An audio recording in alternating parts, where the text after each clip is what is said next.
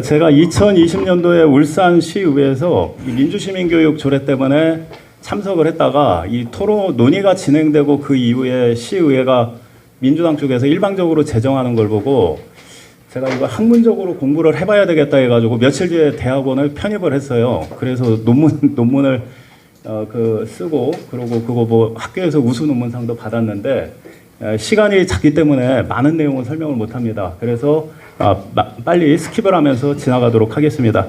이게 주로 보수 우파 진영에서 민주시민교육 하면 안 된다라고 얘기를 하는데 일단 그렇지는 않다. 이 잘하는 게 중요하지 이 교육 자체는 필요하다. 왜 민주주의라고 하는 게 시작될 때부터 대중들이 국민들이 이 정치적 권리를 갖는 주권자가 되는 거잖아요. 그러면은 그 정치적 주권자로서 무엇을 해야 되는지를 모르면은 민주주의 정치 체제가 유지 자체가 안 되는 거죠.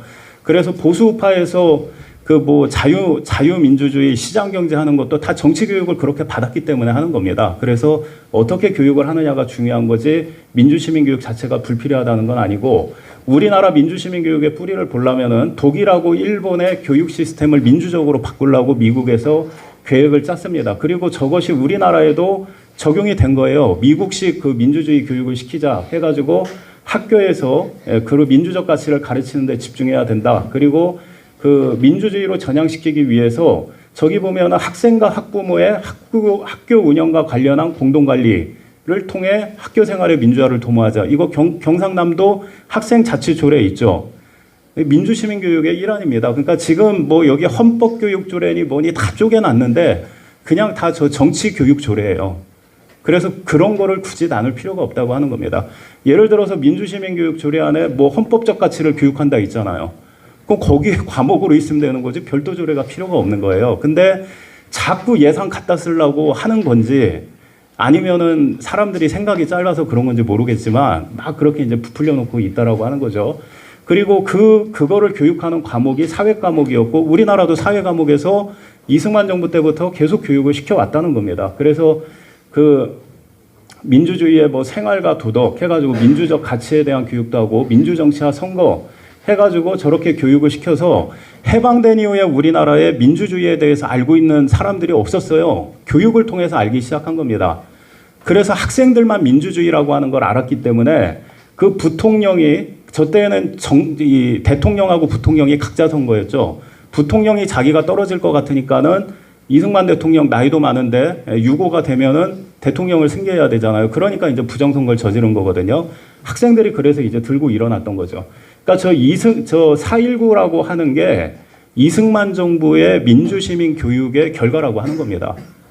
4.19 키드가 4.19 저 세대가 이승만 키드인 거예요. 그러니까 보수 우파에서 민주시민 교육 불필요하다 이런 생각을 가질 필요가 없다라고 하는 거예요.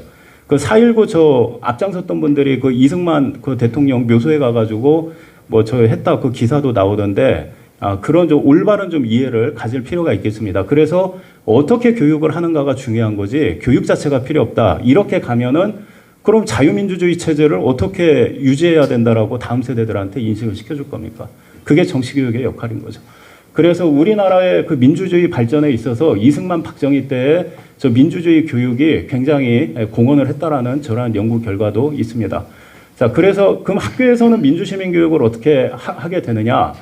자, 초중등교육법 23조에 보면은 국가교육위원회가 교육과정을 정하고 교육감, 그러니까 지자체에서는 국가교육위원회가 정한 교육과정의 범위 안에서 교육을 하도록 되어 있어요.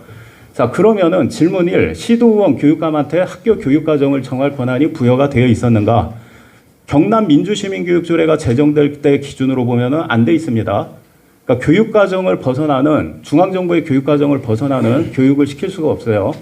그리고 학교의 교육과정을 신설할 권한이 여기 도의원들한테 주어지지 않았다면은 교육과정 밖의 내용을 가르치기 위한 저 조례를 도의회가 제정하는 것은 적법한 것인가? 의원님들이 답변을 해보십시오. 저 지금 경남교육청에서 쓰고 있는 교재를 교과서하고 비교해 보세요. 내용이 틀립니다. 그럼 교육과정 밖의 내용을 교육을 시키면 안 되는 거죠. 법에 의하면.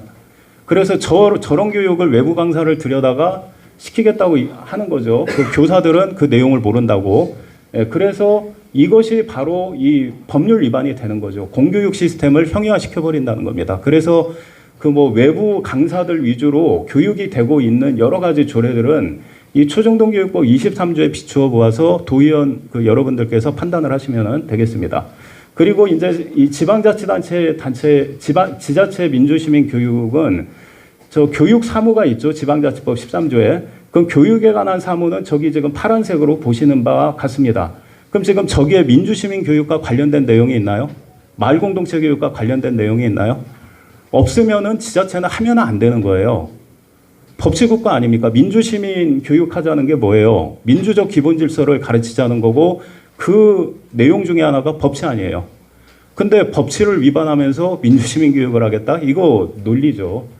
예, 그런데 이 평생교육법에 지금 여기 경남에도 평생교육 기본조례가 있죠. 거기에 시민참여교육이라고 하는 게 있습니다. 여기에서는 정치교육을 시킬 수가 있어요. 그러니까 민주시민교육이 정치교육이기 때문에 굳이 하겠다고 하면은 이 평생교육 기본조례 안에 여기 평생교육 그 진흥원이 있지 않습니까? 경남에. 거기에서 과목을 하나 편성을 해가지고 교육을 하면 돼요. 그리고 민주시민교육 법안은 국회에 계류가 되어 있지 제정이 안 되어 있습니다. 그러니까 상위법이 제정도 안 됐는데 지금 지자체에서 자기들이 뭔가를 하겠다고 조례를 만들어서 추진하고 있는 거 이거 민주적 기본 질서에 어긋나는 행위입니다. 그래서 민주시민 교육의 취지에 맞춘다고 하면은 이런 법률에 어긋나는 것은 피해야 할 필요가 있다. 그리고 이제 중요한 거는 이 정치라고 하는 것은 합의가 되지 않은 그러한 내용들이 사안들이 있다라고 하는 거죠. 이 다당제라고 하는 것 자체가 하나의 사안에 대한 의견이 서로 다르다는 거 아니에요. 동성애에 대해서 정당 간의 의견이 다를 수가 있죠. 그러면 그게 비정상이냐? 정상이라고 하는 거예요. 왜 헌법이 다당제를 보장하는 것 자체가 다양한 의견을 보장한다는 거고 그래서 헌법에 표현의 자유, 사상의 자유 이런 것들이 들어가 있는 겁니다. 근데 그러한 것을 다른 의견을 가르치면 안 된다라고 주장하는 게 바로 저 교육의 중립성을 위반한다는 겁니다. 자기네들 정당이나 파당이나 개인의 편견이죠. 그거는 동의하지 않는 사람들이 있으니까. 근데 그거를 법률을 만들어서 강요하겠다. 그게 인권 침해라고 하는 겁니다. 그리고 학교 교육뿐만 아니라 지자체의 교육은 다 이 교육의 중립성에 저촉을 받게 되는 거죠. 이럴 때에 나오는 게 이제 보이텔스바의 합의라고 하는 건데 이거는 진보 진영에서도 주장을 하는 거예요. 조희영 교육감도 얘기를 하고.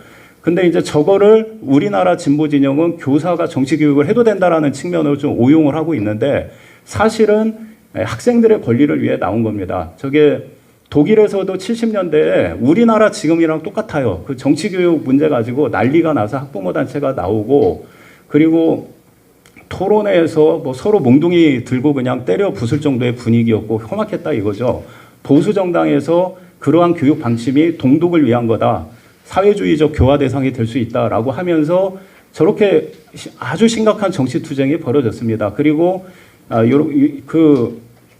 이제 의회에서도 그 위원회들이 만들어지게 되고 이 정치교육 이 교수들도 그 열띤 토론이 이루어지게 됐죠. 저때 마르크스주의에 기반한 그 사회주의적 교육 이론이 비판 이론의 해방 교육인데 개인의 성숙으로서 그 얽매이지 않자 이런 해방이 아니라 그 사회 제도 권력 관계로부터의 해체 이게 민주화다. 이제 이렇게 얘기를 하면서 학생, 노동자, 견습생 뭐 이렇게 소수자 약자 편에 쓰도록 학생들을 교육해야 된다. 이게 사회주의자들의 교육 목적이었다고 하는 거예요.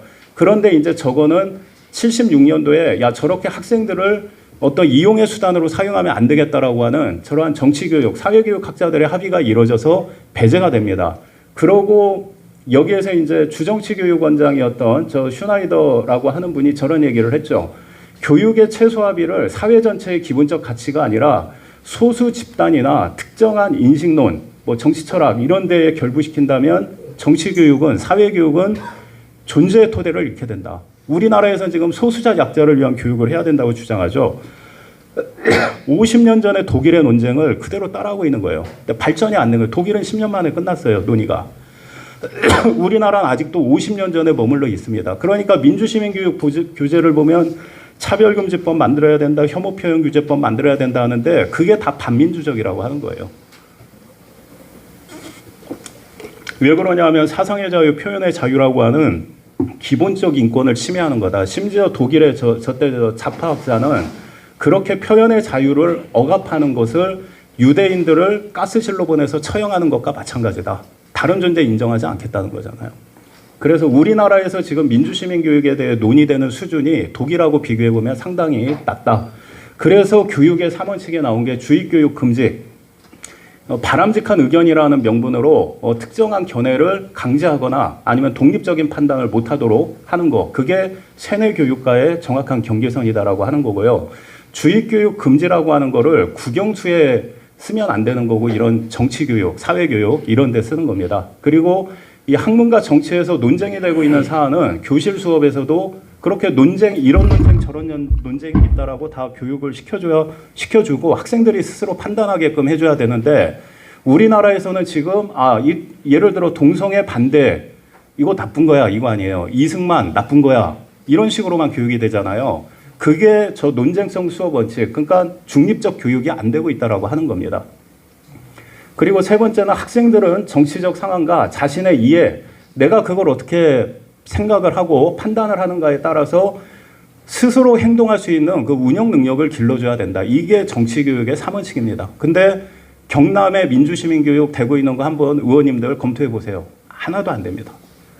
그래서 민주시민교육을 시킨다고 하면서 오히려 반민주적인 교육을 시키고 있는 게 우리나라 민주시민교육의 현실이라고 하는 겁니다. 강제교육 금지가 뭐냐? 감정화. 그 인권교육할 때 그 인권 감수성 교육이라고 하죠. 합리적으로 납득 받아들이지 못하니까 감정 건드리는 거. 그게 강제교육이라고 하는 거예요. 그리고 사실의 왜곡이나 축소. 뭐 이승만, 박정희 공언이 있지만은 그거 다 깎아내려버리죠. 그게 사실의 왜곡과 축소, 강제교육이라고 하는 겁니다.